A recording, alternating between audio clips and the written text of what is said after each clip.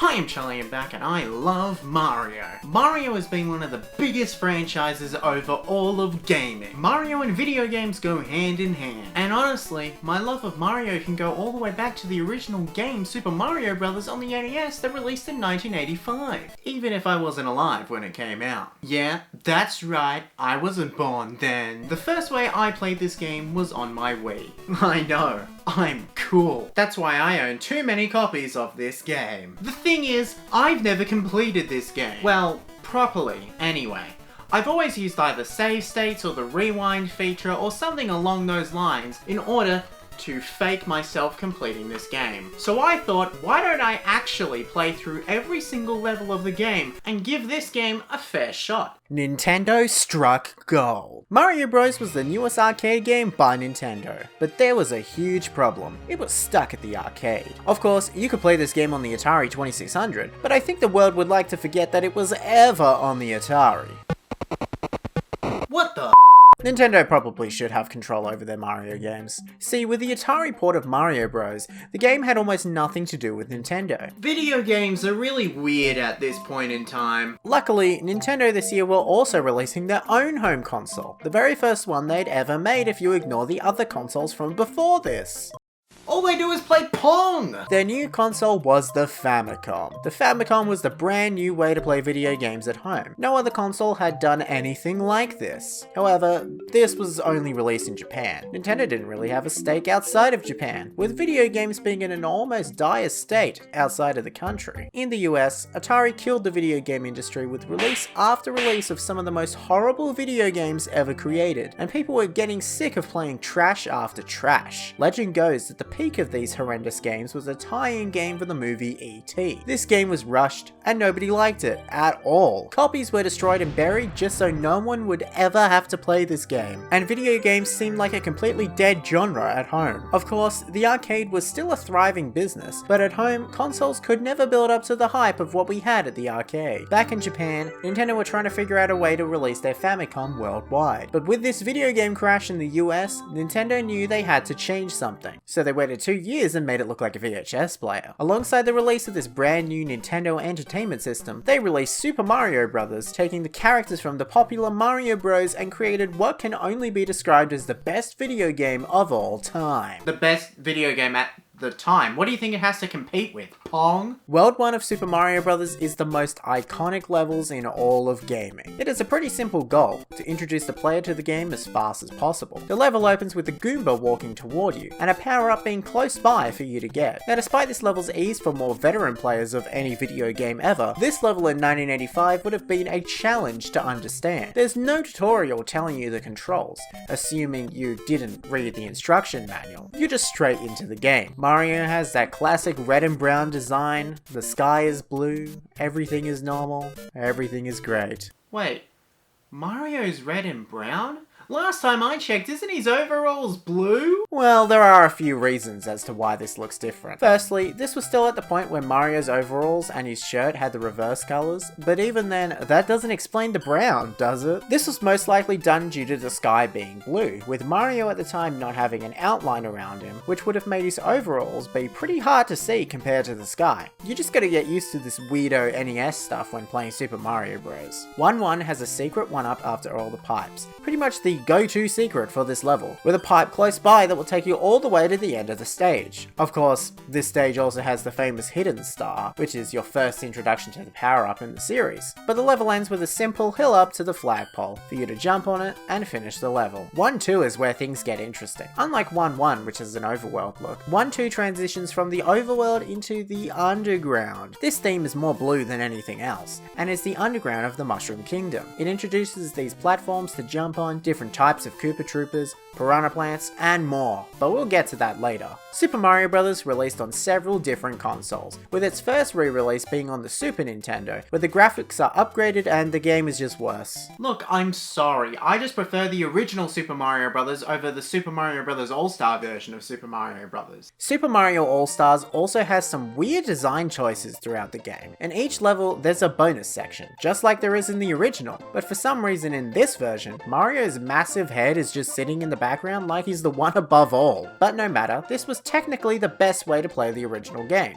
but the game is still as basic as ever. However, 1-3 is where things get more challenging. There's a sky now? Of course there's still power-ups, but this is where some people probably dip out of the game. It's just too difficult. Is what I said before figuring out how to skip this level. That's right, in the level before this, there's actually these things called warp zones. With these you can skip to World 2, World 3, or World 4. Of course, I have no idea why you would pick anything you want, but sometimes you just have a hankering for World 3, and I get that. World 1-4 is the first castle level. That's right, this is the final level. Each world has 4 levels in it, leading to a total of 32 levels in the game. The castle introduces lava, fire bars, and the big bad Bowser. Or I guess this isn't Bowser. See, a glitch in this game had Bowser from every world except for 8 dying as an enemy found throughout the game. So Nintendo eventually confirmed that this wasn't Bowser and was instead a clone. Early Mario had a lot of weird things like this, like Bowser's brother in Super Mario Bros. 2, his overalls,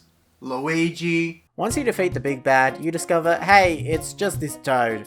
Who cares about Toad? World 2 of Super Mario Bros. World 2 is more of the same, being the overworld, ending in a castle, pretty much the same, but let's see what the second level has to bring.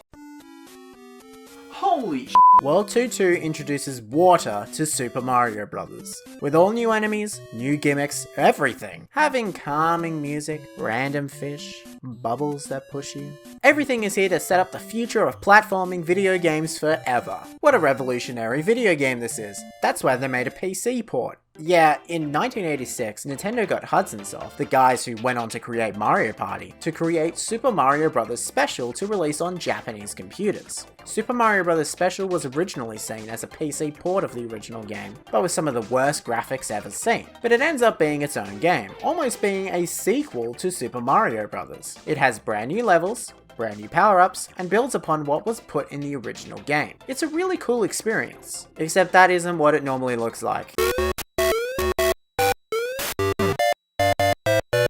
As this game was made for PCs in 1986, the game is one of the slowest and worst playing Mario games ever released. The game was a good concept, but I think there are much better ways of playing the original Super Mario Bros., such as the arcade. Not only was Super Mario Bros. Available in PlayChoice 10 arcade machines in arcades, Nintendo also made a special version of the game called Versus Super Mario Bros. That took the original levels they created and turned it into a harder game to play. Of course, if you're at the arcade, you're not just going to go through the entire game and play it all at once. The idea is that this game just wants your money. But Versus Super Mario Bros. Helped Nintendo inspire the sequel Super Mario Bros. 2. Super Mario Bros. 2, or as we know it in the West, Super Mario Bros. Lost Levels, takes the original Super Mario Bros. And just makes it harder. Some of the levels come straight from Versus Super Mario Bros., but the rest is just original. This game introduces the Poison Mushroom. No, it's not helpful, but it's a new challenge to the game. It also introduces wind, bigger trampolines, and many other things to make the game harder and better than the original. Except Nintendo of America didn't think so. Nintendo of America saw Super Mario Bros. 2 and thought the game was too hard and decided to scrap the release and go into the archives of Nintendo of Japan and reskin a game known as Doki Doki Panic and make it into our version of Super Mario Bros. 2. This Super Mario Bros. 2 introduced many different things to Mario as well, such as Shy Guys, Peach's Float, Toad running fast, the idea of Luigi being taller. Many things in Super Mario Bros. 2, the American version, became Mario staples. How fun! Of course, due to Super Mario Bros. 2 not being a Mario game, it removed a lot of the things that the original Super Mario Bros. Had, such as Goombas, mushrooms, fire flowers. But for being a second game, I think this is welcome. The Legend of Zelda does the same thing, with Zelda 2 being almost a completely different type of video game compared to the first one. However, the world came back together to release Super Mario Bros. 3, and have it be the same version everywhere. Super Mario Bros. 3 returned to the normal Mario platforming, which became the basis of the Mario franchise from then on. Back to Super Mario Bros., World 2-3 has Mario running across a bridge, dodging the fish that try to kill you from the level earlier. It shows that all of these levels are connected, even if it doesn't really feel like it at this point in time. But it all ends in another castle. The castle is pretty much the same as the previous castle, with a few more platforming challenges, making for an overall more difficult castle than before. But it's pretty much the same thing we're all used to. Dodge lava, run to the end, fight Bowser, and save another Toad. Pretty simple game. World 3 introduces us to a different time of day, night, as well as introducing snow. Each tree is white instead of green, which was meant to depict snow. At least that's what I saw. However, it is pretty much more of the same, with not much really changing throughout World 3. I know some of you freaks skipped here, didn't you? In 3.3, it's possible to jump over the flagpole, but I honestly don't know why you would want to do that. 3.4 is pretty much the same as the other castles, except the Bowser fight is ever so slightly harder, with massive chunks of bricks being in the way when you want to jump over Bowser. Otherwise, it's a pretty simple castle, all things considered. Super Mario Bros. Was also ported to many random places, with the most significant being Super Mario Bros. Deluxe on the Game Boy Color. This version of the game added a world map, added Super Mario Bros. The Lost Levels, and challenges. This is known as the best version of Super Mario Bros. That has ever released, but there's one giant problem. Or should I say tiny problem? The screen crunch. It's very hard to see the majority of the game itself, but it's an interesting way to play the game. Or you could play it on the Game Boy Advance. The Game Boy Advance version of Super Mario Bros. Is just Super Mario Bros. Nothing interesting about it. World 4 is more of the same, with Lakitu being here too. The castle is where things get interesting. The castle is a puzzle level where you have to walk specific ways to complete the level. This would normally take a lot of trial and error, making this level technically the longest one in the entire game. Because it's infinite. This idea would later be reused in future Mario games, such as Super Mario Bros. The Lost Levels and New Super Mario Bros. Wii. But it's pretty easy to tell which way to go. But it's still a unique way of playing the castle before you go to fight Bowser. World 5 and 6 are the same old, with you being able to skip them in World 4 2 through multiple warp zones in case you were interested. At this point in time, we've been introduced to every single type of level that we're going to see throughout the game, so I wouldn't be expecting anything unique in World 5 or World 6. Anyway, let's try World 5-3. Wait, that's just 1-3 again! World 5-3 is exactly the same as World 1-3, but the only difference being that there's bullet bills flying at you the entire time. Otherwise, it's literally just the same damn thing. This isn't the only time it happens either. World 5-4 is probably the same as one of the other castles, and World 6-4 is the World 1 castle, with no differences except for Bowser throwing hammers at you the entire time. What the hell is happening? Oh well, thank God World 7-1 is different. World 7 has more and more bullet bills leading up to the end of the game. If you were a weirdo, you would have skipped here. There is literally no reason to skip here, so why even give the option? Would you rather skip to World 7 or World 8? Like, what's the point of skipping to World 7? Let me just try World 7-2 then. Wait, that's just 2-2 again! World 7-2 is exactly the same as 2-2, with no differences at all.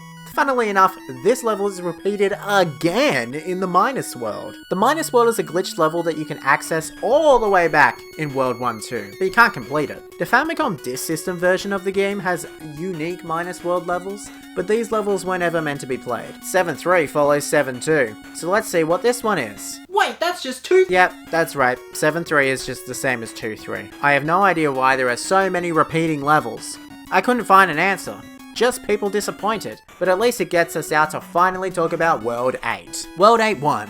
This one has a lot of pipes. That's pretty much all I can say. Why don't we take this time out to try Super Mario All-Stars on the Wii? See, on Mario's 25th anniversary, Nintendo released Super Mario All-Stars, a compilation of Super Mario Bros., Super Mario Bros. 2, Super Mario Bros. 2, and Super Mario Bros. 3. What a collection. Let's have a look at the brand new Wii versions of these games. Wait, that's just Super Mario All-Stars again! Nintendo decided that for the 25th anniversary, they'd just do Super Mario All-Stars, but again, it's just a ROM of the original, but put on a Wii. Nintendo already had a way of doing this called the Virtual Console. At least with Super Mario 3D All-Stars on the Nintendo Switch, they actually changed a few things in the game and made it HD. This is just lazy! I don't know if you can tell, but I'm pissed. World 8-2, this one sucks. This takes Lakitu and combines it with bullet bills to create the stupidest level ever invented. There's a secret 1-up, that's probably the coolest thing. There's also this death trap where the gap is way too far to jump over. Who designed this? What's up with you, Nintendo? World 8-3 also sucks. There's just a lot of Hammer Bros in these giant empty spaces with castle walls around. I always get stuck on this level and I have no idea why. But this level leads to the big finale of the game. World 8-4. It's just a lot of pipes. World 8-4 is a puzzle. A challenge. Really need to think about where you're going to beat this one. This level, although the final level, is probably the easiest of World 8. You just need to remember the order of the pipes that you go in. For some reason, there's an underwater section. No idea why, but it's there. You finally get up to the real Bowser. the first time in this entire game, and you now have your chance to do the unthinkable. You defeat him the same way you do every other Bowser, by jumping over him and touching the axe. Once you touch the axe, you win. And this is when you finally meet the person you've been saving this whole time. Princess Toadstool. She wasn't called Princess Peach yet. I mean, technically, in Japan she was, but outside of Japan, who the hell is that? And then she introduces you to a harder version of the game, which all it does is replace Goombas with these weirdo things. And it makes some platforms smaller, can't forget that. Super Mario Bros. Went on to be packed in with the NES, becoming one of the highest selling games of all time, and spawned sequel after sequel. Mario became one of the most recognizable characters to ever exist, and Super Mario Bros. Was re-released 100,000 times. Funnily enough, the only console that you can't play Super Mario Bros. On that's released by Nintendo is the Nintendo 64 and original DS. Super Mario Bros. Was released in many places, such as the NES, the Famicom Disk System, the Versus Arcade Machine, the Game & Watch, although technically that's just a different game with the same title, the Nintendo Play Choice 10 arcade machines, the Famicom Disk System again is All Night Nippon Super Mario Bros., many compilation cartridges on the NES, the SNES but with the Super Mario World, the Teleview, the Game Boy Color, and Animal Crossing in Japan but only was available as a competition prize and was completely unused in the worldwide release but then was removed from the upgrade to the Japanese version of Animal Crossing, but also is in the original version of the game on Nintendo 64, on the Game Boy Advance, on the Wii Virtual Console, in Super Smash Bros. Brawl, on the Wii again, on the Wii Virtual Console again, but the question mark block is replaced with the number 25 on the block, on the 3DS Virtual Console, on the Wii U Virtual Console, in NES Remix, as Super Luigi Bros. In NES Remix 2, in Ultimate NES Remix as Speed Mario Bros. In Super Smash Bros. For Wii U, in Amiibo Tap, on the NES Classic and the Famicom Classic, on Switch Online, as Super Mario Bros. 35, which no longer exists, and on the new Game & Watch. Can you tell I like this game? It's safe to say that Super Mario Bros. Left an impact on the world that's still unraveling to this day. Without it, we wouldn't have games like Sonic, Spyro, Crash Bandicoot, Uncharted, BioShock, Halo, or even Wii Music. But going back to it, I don't think I can look at it that fondly. It's cool, yes, but comparing it to Super Mario Bros. 3 or World, I think it's one of the worst mainline Mario games ever! Unless you include Super Mario Bros. Special.